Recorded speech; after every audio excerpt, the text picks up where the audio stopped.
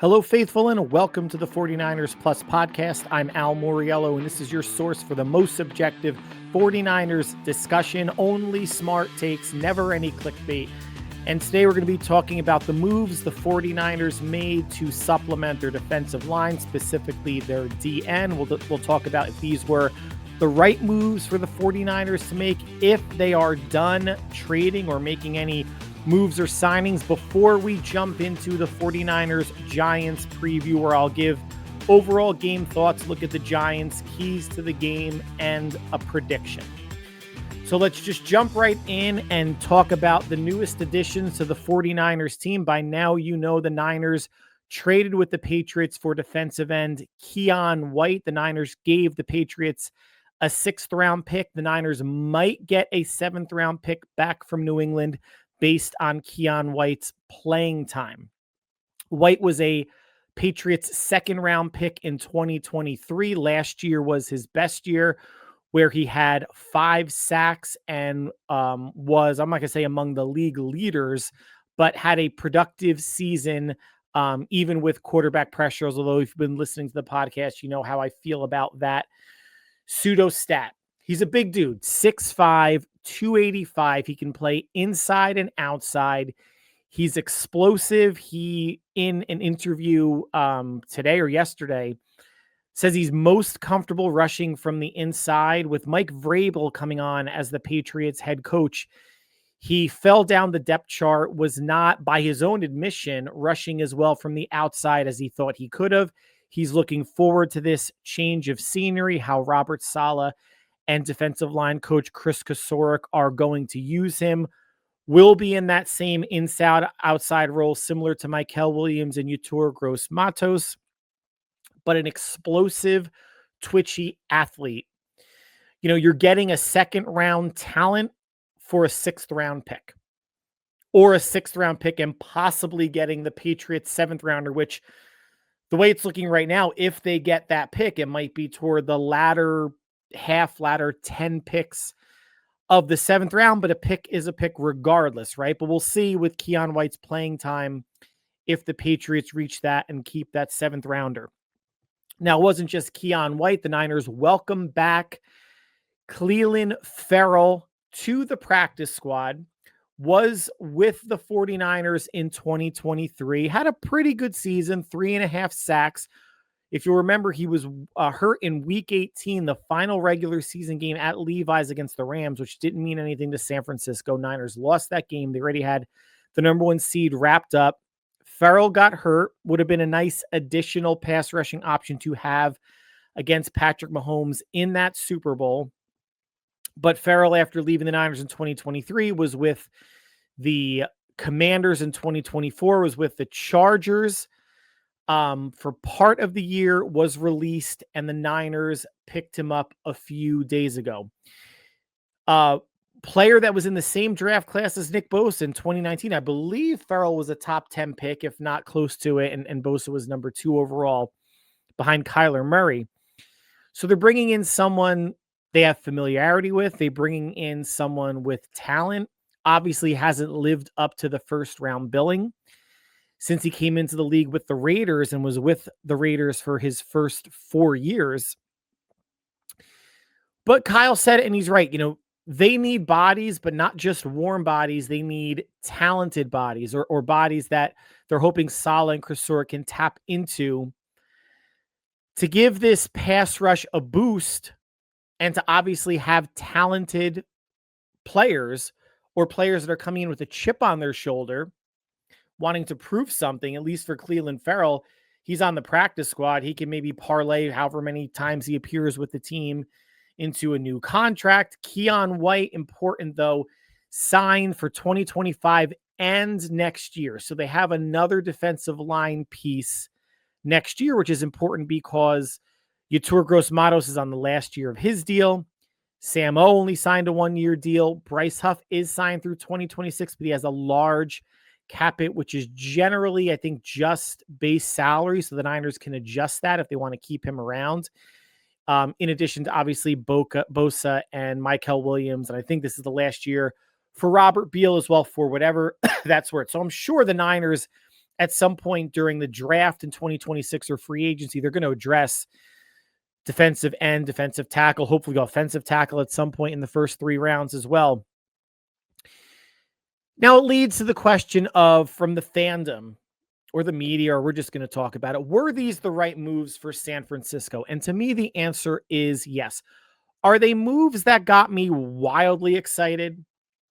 No, but I understood what they were trying to do. I understood the philosophy that John and Kyle had in terms of not mortgaging the future, getting help for not just this year, but for next year as well, which Keon White checks that box. Did not give up a lot of draft compensation. Right now, it's just a 6th round pick. And you're signing someone like Clelin Ferrell, again, a 1st round talent 6 years ago, whatever that's worth, on the practice squad. Now, he could be poached later on, but if that potentially happens, like Trevis Gibson was poached by the Panthers, but he was already elevated 3 times from the practice squad, the Niners would have had to sign him to the 53. And even if you sign someone to the 53, release them and put them back on the practice squad, you cannot elevate them more than 3 times. It does not reset. So no matter what, Trevis Gibson's only path to staying with the 49ers was a complete promotion to the 53, and that just was not in the cards. But I know this isn't going to get the fandom super excited. Keon White, Clelin Ferrell. It wasn't Trey Hendrickson. It wasn't Max Crosby, which were 2 pipe dreams. It wasn't Bradley Chubb from the Dolphins, Kayvon Thibodeau from the Giants. It wasn't a big name player, but that big name player is going to require big time draft compensation and big time money to be devoted to the team now and in the future. Now, like the trade with the Eagles for Bryce Huff, they could have asked the Bengals, the Raiders, the Dolphins, the Giants to eat some of the salary. Kayvon Thibodeau, for example, his 5th-year option is guaranteed next year. $15 million thereabouts. I don't know if the Giants were thinking about eating any of that, but Bradley Chubb recently signed a long-term deal. Max Crosby was in this past offseason, and Trey Hendrickson's on the last year of his deal. Older player, good player, hurt the past 2 weeks, I think, in Cincinnati.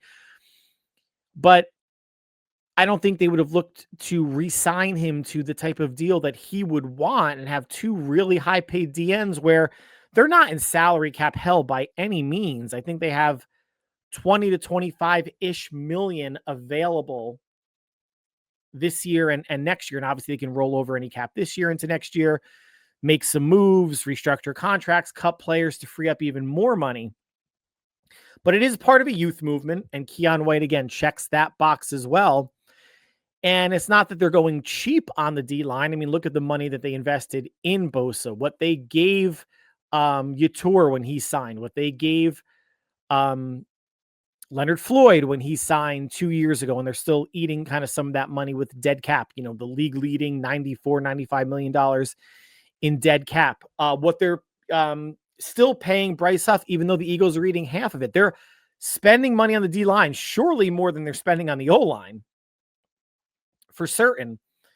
But they need to find that balance of stars, and stars are expensive, and stars are hurt, like Bosa is and like Warner is. And you're also obviously paying Demo. Otherwise, and Huff, otherwise you're not really paying many players on defense, and maybe it's showing the way that they got totally blown out of the water on this past Sunday at Houston. Defensively, they couldn't stop anything. Offensively, they got bullied around. If you want to just chalk that up to just a really bad game plan. Hopefully it wasn't a 1 o'clock body clock situation, because that's going to happen again this Sunday on the East Coast at the Giants. But when you think about these big name players that I mentioned, the Niners aren't one player away. They're a 5-3 team. 5-3 is better than 4-4, better than 3-5, but it's not really 7-1 or 6-2. And they're not a trending upward. I'm going to get to that in a second. But let's just talk about the one player away. This is in 2019, right? When Emmanuel Sanders, I don't want to say he was the difference between going to the Super Bowl and not, but that filled a very specific need for them in Deebo Samuel's rookie year. 2022, McCaffrey has been such a difference maker for this team when healthy. A big reason they got to the NFC Championship game, along with the emergence of Brock Purdy. 2023, the Super Bowl year, bringing Chase Young in from the Commanders to help the pass rush.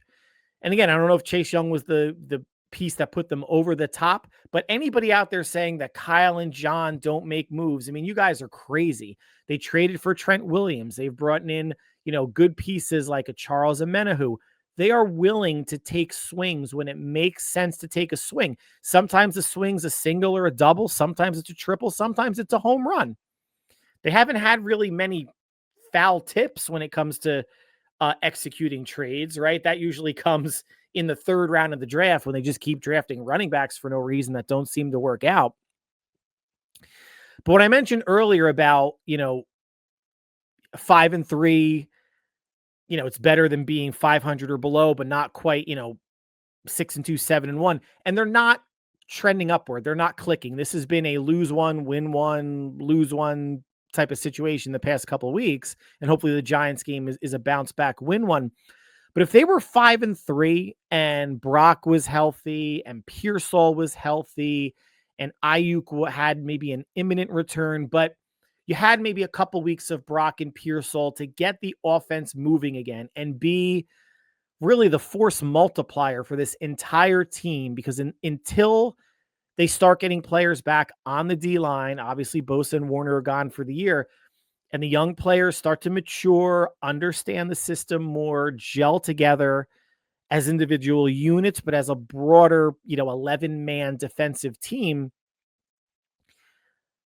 Maybe in that situation, offense clicking, etc., then maybe at 5-3, you take a bigger swing. But right now, as a 5-3 team where it's a team that can play with anybody for 3 quarters, and then eventually, especially with the pieces missing on the D-line, they're just going to wear down. They didn't wear down against the Texans. They were blown out of the water from the jump on both sides of the ball, but they were hanging around with Jacksonville, even with the 4 turnovers and punt return touchdown, hanging around with Tampa Bay. I mean, I know Tampa Bay was missing the receivers, and then Godwin and Evans, and then Ibuka went out around halftime. But hanging around with that team was an 8-point game until the 2-minute warning, basically, in the fourth quarter. And even how bad it looked against Houston, an 11-point loss, it was an 8-point game into the fourth quarter. So they can hang around with anybody. I'm not going to say they could beat anybody, but they could also, it feels like this team could lose to almost anyone, lay an egg like they did against Houston. And the thing that is most concerning about the Houston loss wasn't how much it looked like the Houston D-line bullied the 49ers O-line. We knew that was going to happen. And even the not being able to sustain drives, establish the running game, that's because they couldn't sustain drives, and Houston controlled the ball on offense. How the Niners looked on defense was most concerning, because it was a team in Houston missing its top 3 receivers, has a really bad bottom of the league offensive line in both pass block and run block win rate.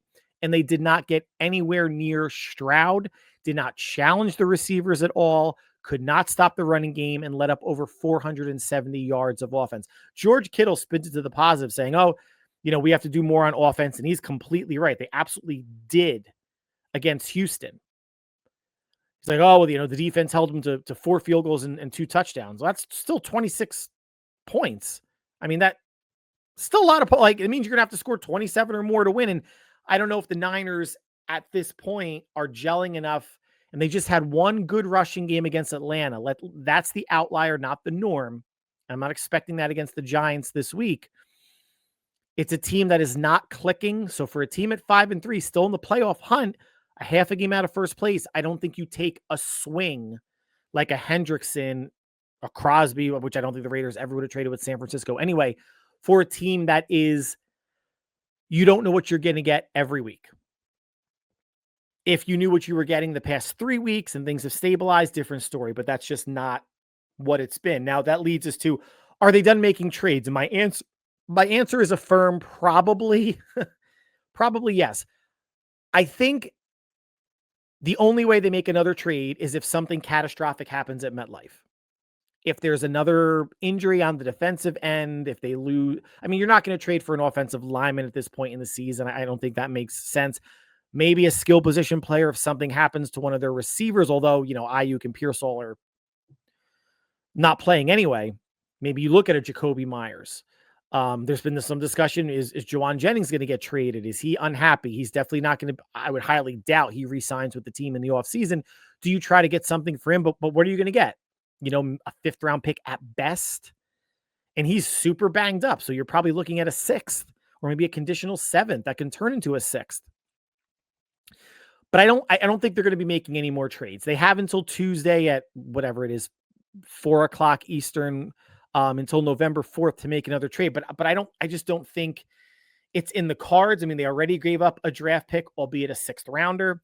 If they're going to make a move for anybody of substance, again, if something catastrophic happens at MetLife Stadium to one or more players and they get a win, because if something catastrophic happens and they're 5-4 with the Rams coming up, then it's not that you're folding up the tents. Then it just doesn't make sense to use additional draft compensation and salary cap space for a season that continues to go sideways. And on top of that, it really is a numbers game on the roster. At least if you're looking at, well, overall, we'll get to that, but at least looking at DNs, right? So this week, Yetur Gross-Matos might be back. Huff, hopefully back next week. I don't think Sam O is going to play this week. He was limited in practice. He's considered day-to-day. He was taken off on a cart, which it's never a good sign. Now, the fact that he bounced back so well to even practice in a limited fashion, I give him credit. But I think with the fresh bodies of Keon White and Cleveland Farrell, I don't think they rush Sam O back. And you still have Robert Beal, and I mentioned obviously Cleveland Farrell on the practice squad. So you have, when players are healthy, Yetur, Huff, Sam O, Keon White, Robert Beal, Michael Williams, and then Cleveland Farrell on the practice squad. So you're talking about 7 defensive ends. I don't think you could trade for a defensive tackle if you want. I know Jordan Elliott was banged up with an ankle. I'm not sure if he's going to be able to go against the Giants. Kevin Givens, you have obviously came back a couple weeks ago off of injured reserve. You have Sebastian Valdez and Evan Anderson on the practice squad that you can call up. I don't see them making, again, beyond a catastrophic player loss, but a victory on the field against the Giants. I don't see it happening. And then on top of that, you got to release players, right? Like, so Keon White came in. They released offensive lineman Drew Moss. Hopefully they can sign him back to the practice squad. I know a lot of people were high on him, and he did great out well in the preseason. Essentially, an undrafted rookie free agent out of Colorado State. Essentially another training camp hero that people all get jacked about because they want to be the one that said, I told you, diamond in the rough. But Ben Barch is getting close to returning. And Kyle said that there's a chance, depending on how he practices, and I haven't heard either way, that he could return this week. Let's just say he doesn't, and it's next week. You need to release someone for Ben Barch. Ayuk's going to come back in the next handful of weeks. Let's say you have to release someone else there. That should be a receiver, because they have 6 on the active roster. There is no reason to have 7. So if that means putting Jordan Watkins on IR, if he's not showing anything, or releasing Sky Moore, or putting him on IR and having Jordan Watkins to return punts if he could, zero need for 7 receivers when you have, and I doubt Jennings gets traded. I mean, I don't think Bourne's going anywhere. I don't think Demarcus Robinson's going anywhere. They only have 5 linebackers now. They have 6 corners. I don't think you really touch that. They only, I think, have 7 offensive linemen on the active roster now that Drew Moss is gone. At some point, they're going to bring Spencer Burford back, right, as a swing tackle, you would imagine. So any of these returns from IR, you need to free up a roster spot, and I think that's going to be somewhat tricky. I mean, go on 49ers.com, look at their roster, and if you have 3 players, Burford, Barch, and Ayuk coming back, tell me, who are you going to release? The sarcastic person in me, if that's the right word, it might not be the right word, is like, why don't you release Isaac Guerrero? There's no need for even two running backs on this team. It's just going to be McCaffrey until he gets hurt. Robinson is taking over kick return duties. You have Jordan James, who's healthy enough. Now, what role does Isaac Guerendo serve? Maybe you can release him and store him on the practice squad. If he gets claimed, so be it. You still have Sincere McCormick on the practice squad. I don't think that would happen, but there's not really many places you can trim. I know people aren't in love with like Jair Brown or some of the safeties. You want to release him. Jair Brown will get picked up immediately. He's still a borderline starter or solid backup safety in this league.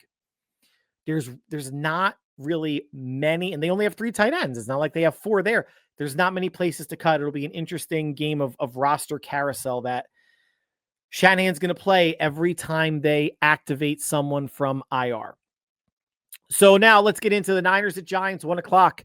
MetLife Stadium. Niners are a 2.5-point favorite. First time back here, and I live in New Jersey, and I'm going to the game on Sunday with my son since 2020. House of Horrors. Back-to-back games against the Jets and Giants where they lost Nick Bosa and Solomon Thomas in the same game. There's been new turf. Players I know around the league still aren't a super fan of it. Not one of the favorite fields to play on.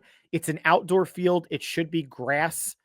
I mean, I know the Northeast, you only get maybe 8 weeks of decent weather, and the other 9 weeks it's, getting colder and probably makes it harder to maintain. But the Giants, let's get into Giants. They're 2-16. A couple weeks ago, they beat Philly on Thursday, the coming out party really for Jackson Dart and Cam Scatteraboo. The following week, an collapse of the most epic of proportions at Denver, allowing the Broncos to score 33 points in the fourth quarter. Then got crushed by Philadelphia. You saw that coming a mile away. When you lose that badly, I mean, that was a game that if they had held on against Denver, even if they lost to Philly, there's more excitement for this Niner game, right? I think because they would have beaten 2 consecutive games against upper echelon teams that they won. Going to Philly and losing is not anything to feel bad about. They did get kind of blown out, and they let 2 running backs go over 100 yards and gave up over 250 on the ground. But they also lost Cam Scatteraboo, right? Disgusting ankle injury, similar to what Fred Warner went through. So there's a much different tenor coming home for the Giants than there would have been if they had won the Denver game and lost the Eagle game, but kept Scatteraboo healthy. The Giants are 0-5 on the road, but 2-1 at home. Those wins against Philadelphia and the Chargers. Since Jackson Dart took over, these past 5 games, he's averaging 197 yards through the air, 8 touchdowns and 3 interceptions total, averaging 39 rushing yards per game with 4 rushing touchdowns. So in the 5 games, he's accounted for 12 of the Giants' touchdowns. Now, Giants are Texans-ish when it comes to a bad O-line. I live in the Northeast. I listen to sports talk radio. People have been complaining about the Giants O-line for the better part of a decade. It's not good. Outside of Andrew Thomas at one of the tackles, not a great O-line. And Giants quarterbacks have been sacked 25 times. Jackson Dart alone 17 times in these past 5 games. Can the Niners get to him? We're going to talk about that in a little bit, but something that we should have mixed feelings about coming off of a Falcon game where they got to Penix twice and had good pressure a handful of other times, and then a Texans game where the pass rush was abysmal. Now the Giants, without Scatteraboo, without Malik Neighbors at receiver, who's torn ACL done for the year, mediocre talent. You have Tyrone Tracy and Devin Singletary at running back. You have Wan'Dale Robinson and Darius Slayton at receiver. I'm not sure if Jalen Hyatt is even still in the mix or hurt. And I believe rookie Theo Johnson at tight end, along with Daniel Bellinger, who was once upon a time a 49er. Not an explosive offense. Dart is an explosive player, and there could be off-schedule plays, broken plays, things that the Niners need to be on their P's and Q's for. But there isn't a player on the field at the skill positions where you say, I need to take him away. Now, there wasn't a player on the Houston Texans offense where you said, I need to take him away. Everybody ate. right? Everybody had pretty good games, and CJ Stroud threw for over 320 yards. Hopefully, we do not see a repeat of that with Jackson Dart and these mediocre weapons. You could even say weapons that are less than what the Texans put on the field against the Niners, although CJ Stroud, you can argue at this point in their careers, the better quarterback than Jackson Dart. Now on defense, Giants have 19 sacks. Through 8 games, you think that number would be higher. That's like 2.5-ish sacks a game, led by Brian Burns, the former Carolina Panther, with 10 sacks. And then here's what it gets interesting, and especially living in the Northeast, even though the Giants are a 2-6 team, a lot of talk about the front four. The front four can get after the passer, et cetera. All right, Brian Burns certainly can get after the passer with 10 sacks. Then you have Kayvon Thibodeau with 2.5. Everybody else has 1 sack or less. Abdul Carter, the rookie out of Penn State, half a sack. Dexter Lawrence, half a sack. More of a run stuffer than a pass rusher, but he does have an interception. He has an interception, but a half of a sack. Figure that out. At corners, you have, some players at corner. Paulson Adebo, who's questionable but should play. Cordell Flott, and I believe rookie or second-year player Drew Phillips with 2 interceptions to lead the secondary. Statistically, the Giants' offense, very mediocre. 18th overall, 325 yards per game. 18th passing, 207 yards a game. 15th running the ball, averaging 118, and 23rd in points, scoring 21.6. As average as the offense looks, the defense is even worse. 29th overall, 382 yards allowed per game. 24th against the pass, allowing 234. 30th against the rush, allowing 149. And 27th in points allowed, allowing 27 points. Guys, this is at least the offensive stats around what the Texans were, give or take. I mean, passing maybe a little bit more, rushing a little bit less, points around, they were scoring around like low 21s, high 20s. Giants offense and Texans offense performance per game, very similar.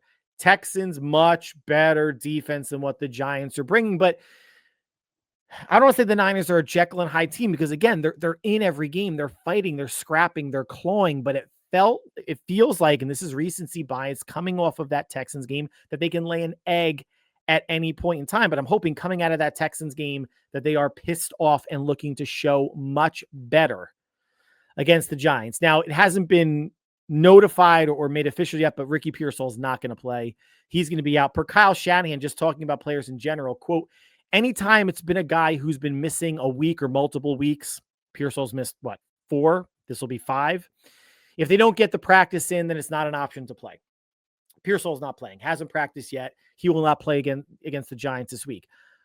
Brock, I'm going to say, is doubtful and would bet heavily against him playing. He's been practicing on a limited basis.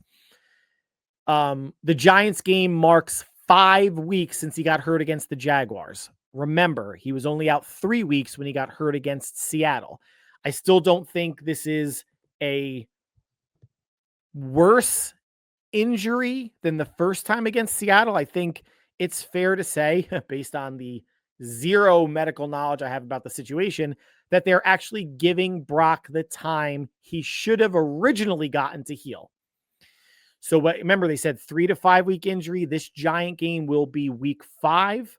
I would look for him to come back next week against the Rams. And I would even look for Pearsall to come back against the Rams. And if they both could come back and have a good week of practice, hopefully coming off of a Giants win, that would be a real boon to the 49ers offense going up against a Rams team who, again, is a half a game up in the division, and they're playing the Saints in Los Angeles. That will be a win for the Rams. Another question kind of we're looking at, we talked about it a little bit before. How much will Keion White and Will Ferrell play? With Robert Beal and Michael Williams being the only healthy defensive ends, I think you could say that Keion White's going to get every opportunity to play, let's say, half the snaps. I'm just making that up. And I think Will Ferrell Cleveland Farrell should be elevated from the practice squad this game because you don't know about if Utora's knee and hamstring are going to hold up. And I don't think Sam O is going to play. And maybe they don't elevate Farrell if Utora is good and you still have Robert Beal, you have Michael Williams, and you have Keon White. That could be your 4 defensive end rotation. But Keon White, I mean, he's come out and said, I like to rush the passer inside more. Farrell is more of a edge setter, but also, gives you more pass rush on the edge than Keon White does. So I would like to see Farrell elevated, and we'll see how many snaps White is able to play. Get this, though. If the defensive ends are Williams, Beal, Utour, White, and Farrell, say they have 5 defensive ends active. Again, if you want to hedge with Utour and the hamstring and everything, that means your defensive ends consist of 2 first-round picks, Michael Williams and Cleveland Farrell, 2 second-round picks, Utour Gross-Matos when he was with the Panthers, and Keon White, and a 5th rounder in Robert Beal 4 years ago. Just thought that was amusing for whatever it's worth. Now let's get into keys to the game before prediction. On defense, guys, gotta play with more aggression and urgency. Way too soft against Houston and their lack of weapons. I know this is not a high blitzing team. I looked it up. They are blitzing at an under 20% rate. That is bottom 6 of the league. For reference, the Falcons are blitzing over 41% of the time. I'm not saying to get there. Let's just make the math easy. Split the difference. If they're blitzing at a 41% rate and you're blitzing at a 19% rate, maybe around 30 or high 20s. Now I could see Robert Saleh waiting to see, how's Keon White going to look and getting Farrell, in there for some snaps, hopefully. And if Utour is healthy, does that make any sort of difference? But you are still going up against a rookie quarterback who you can confuse, you can send pressure at, and a mediocre core of skill position players. It doesn't mean you need to blitz the hell out of Jackson Dart, but challenge the receivers. They're good. The Niners are going to play a whole lot of zone, but you don't have to play 7-8 yards off. Said it last week before the game, said it after the Houston game. Bump these receivers off their route. Make Jackson Dart think. Make him work. Make him go through his progressions while the defensive line is not getting there. Best you can hope for is an offensive hold against the Giants. If they're not going to send pressure and if the new players don't immediately gel, and we should not be assuming with either new players coming in or Utour getting healthy or healthier, that there's going to be any sort of flipping the switch. The only good news is that, Giants quarterbacks have been sacked 25 times in 8 games. That's 3 times per game, 17 times in Jackson Dart's 5 starts. So that's 3 times a game as well. So you would think with a bad offensive line and the Niners' bad defensive line, we'll see how much that cancels itself out. But maybe you can get the Dart 2 times. Am I talking crazy? Maybe you can get the Dart 2 times. Maybe you can get another turnover, Demo, or somebody else. Get to him. Strip sack, throwaways, flush him out of the pocket, whatever it may be. But if you're still going to rush to affect Dart, which obviously he's not Kyler Murray, he's not Lamar, he's not Josh Allen, you're obviously going to rush to affect him, but you also need to contain him somewhat as well. Averaging 39 yards per game on the ground, let's just say 40. If he were to play a full 17 games, that's 680 yards on the ground. That's, a top 5, top 7 quarterback rushing year on the ground. Again, if you were to stay healthy and keep up that pace. And lastly, I'm just having a separate bullet. You can't let mediocre weapons have a field day. You cannot let mediocre weapons have a field day. Jackson Dart is trending to be a very dynamic quarterback, and he may well prove to be a force multiplier for the Giants in the future, with or without, Brian Daboll as the head coach. But right now, he is not that. Right now, he does not have his full complement of weapons. His 2 biggest weapons, Scatterbo and Malik Neighbors. The Niners have to take advantage of that. I'm not saying that, you shut him down. If you can shut him down for under 300 yards of total offense, that will be great, since the Giants, I think, are only averaging 325 a game.